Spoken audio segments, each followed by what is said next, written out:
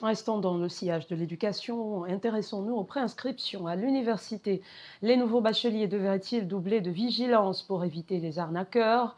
Depuis quelques semaines, de nombreux étudiants se lancent dans le processus de préinscription dans les universités, une étape cruciale mais souvent éprouvante.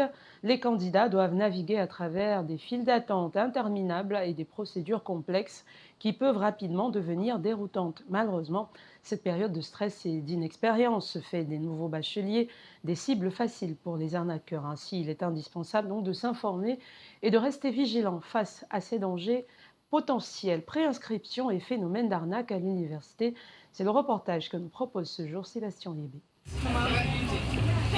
La préinscription à l'université implique plusieurs étapes clés. Le site internet de l'université de Douala renseigne que les candidats doivent d'abord remplir des formulaires administratifs, souvent disponibles en ligne. Ensuite, fournir divers documents, tels que le relevé de notes et des pièces personnelles. Mais ces nouveaux bacheliers se heurtent à plusieurs difficultés dans leur parcours de préinscription. À l'arrivée, leur premier jour arrivé à l'université pour prendre des informations, généralement se font apacher à l'extérieur par des individus, malheureusement, qui ne sont même pas souvent des étudiants de l'université. D'autres même, si on réalise qu'il est un peu plus naïf, une fois qu'on a fait sa préinscription, puisque sur les préinscriptions, les montants sont mentionnés. 5 000 pour la visite médicale, 5 000 pour la préinscription, pour les filières académiques, et les droits universitaires sont scindés par tranche. Une fois qu'on a donc fait la préinscription, peut-être à une somme de 5 000 ou plus ou moins, on tire les quitus, on lui fait comprendre, bon, les quitus, comme il y a des montants au-dessus, vous avez déjà payé, donc versez-nous l'argent. D'autres, on les fait comprendre que pour plus de facilité, afin qu'ils ne perdent pas le temps au niveau de la banque, ils peuvent passer, parce qu'ils connaissent des gens à l'intérieur, passer par d'autres raccourcis pour les aider à payer. Et c'est là où donc beaucoup se font anarquer.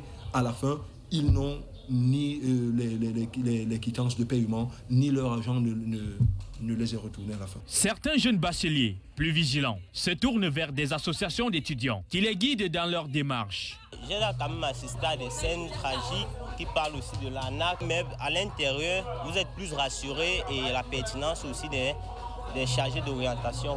Vous savez, lorsqu'on veut faire l'authenticité, c'est mieux de se rapprocher vers les experts. Et à l'extérieur, je n'ai jamais aimé le système. Il faut faire aller directement. Les témoignages des étudiants ayant vécu des arnaques lors de leur préinscription mettent en lumière le besoin d'une vigilance accrue des nouveaux bacheliers qui frappent aux portes des universités, car le mal est partout. Nous avons implanté au niveau de nos différents campus des stands.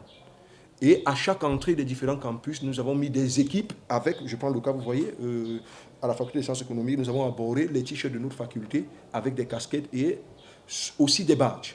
Ça fait que lorsque le nouveau bachelier arrive, il se dirige directement vers nous et nous les accompagnons donc dans la procédure de façon normale.